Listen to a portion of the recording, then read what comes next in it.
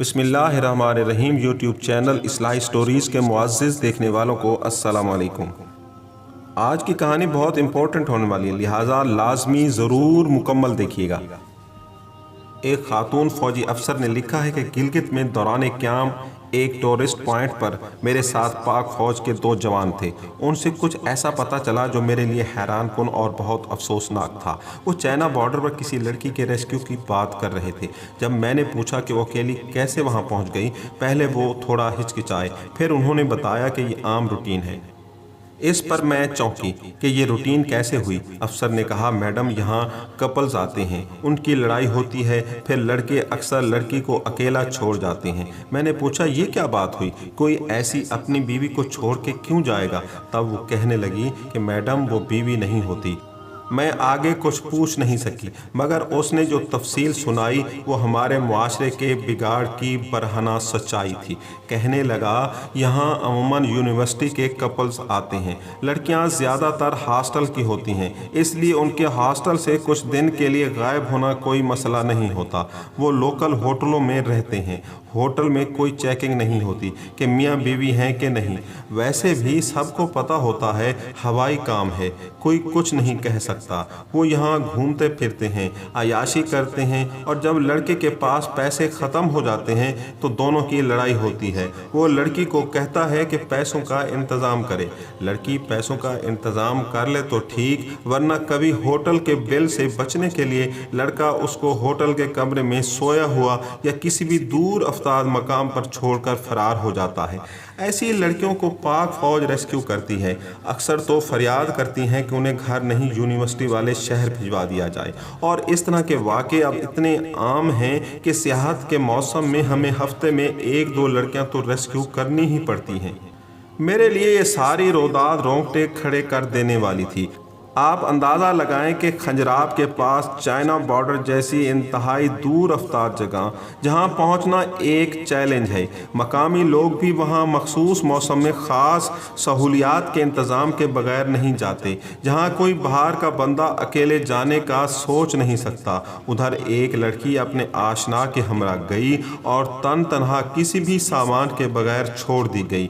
یہ خیال روح کو جھنجھوڑ دیتا ہے کہ موسم کی خرابی اور کسی مددگار کی پہنچ کے بغیر اس کا وہاں کیا حال ہوتا ہوگا۔ ویسے وہ کسی طوفان کی نظر ہو جاتی، کسی برف کے تودے کے نیچے آ جاتی، یا بھوک اور جاڑے سے ٹھٹر کے مر جاتی، اس کے گھر والے ساری زندگی اس کو ڈھونڈتے ہی رہ جاتے، کیونکہ کسی کو معلوم ہی نہیں کہ وہ کہاں ہے۔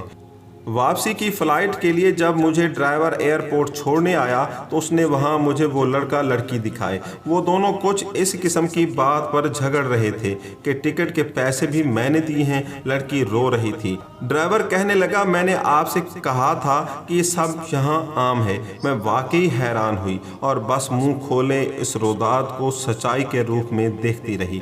واپس آ کر بھی یہ سب میرے ذہن سے محو نہیں ہو رہا تھا۔ میں نے اس موضوع پر اپنی چھوٹی بہن سے بات کی، وہ ابھی یونیورسٹی جاتی ہے۔ اس نے مجھے کہا کہ زونی آپا، آپ کو نہیں پتا، اس طرح کپلز کا جانا ہمارے سامنے بھی ہوا ہے۔ ایک لڑکی گئی تھی، میں نے اس سے پوچھا کہ تمہارے گھر والوں کو پتہ نہیں چلا، تو وہ کہتی کہ میں نے 3 دن اپنی سم بند رکھی اور واپس آ کر آن کی۔ ان کو کہا کہ موبائل ٹھیک نہیں تھا، اب کروا دیا ہے۔ اس سے بھی بڑھ کے کہ ہماری ایک کلاس فیلو دوسرے ڈپارٹمنٹ کے لڑکے کے ساتھ 3 سال سے فلیٹ پر رہتی ہے۔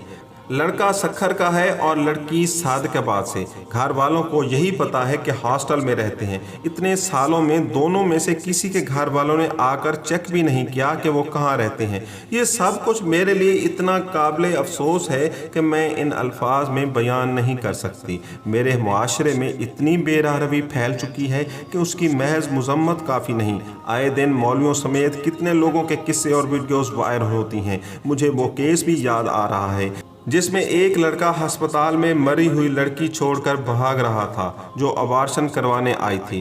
کس کس بات کو روئیں، کس کس واقعے پر سر پیٹیں ہم جو رسالت سے قبل عرب معاشرے کو زمانہ جاہلیت کہتے ہیں۔ در حقیقت اس زمانہ جاہلیت میں ہم آج بھی رہ رہے ہیں۔ معزز خواتین و حضرات، اس کے ساتھ ہی اس سبق آموز کہانی کا اختتام ہوا۔ امید ہے یہ کہانی اچھی لگی۔ اگر آپ ہمارے چینل پر نئے ہیں اور آپ ہماری حوصلہ افزائی کرنا چاہتے ہیں تو ہمارے چینل کو سبسکرائب کر دیں، اس ویڈیو کو لائک کر دیں اور اس پیغام کو اپنے دوستوں مختلف سوشل میڈیا پر شیئر کر دیں۔ ملتے ہیں ایک نئی سبق آموز کہانی کے ساتھ، اس وقت تک کے لیے اللہ حافظ۔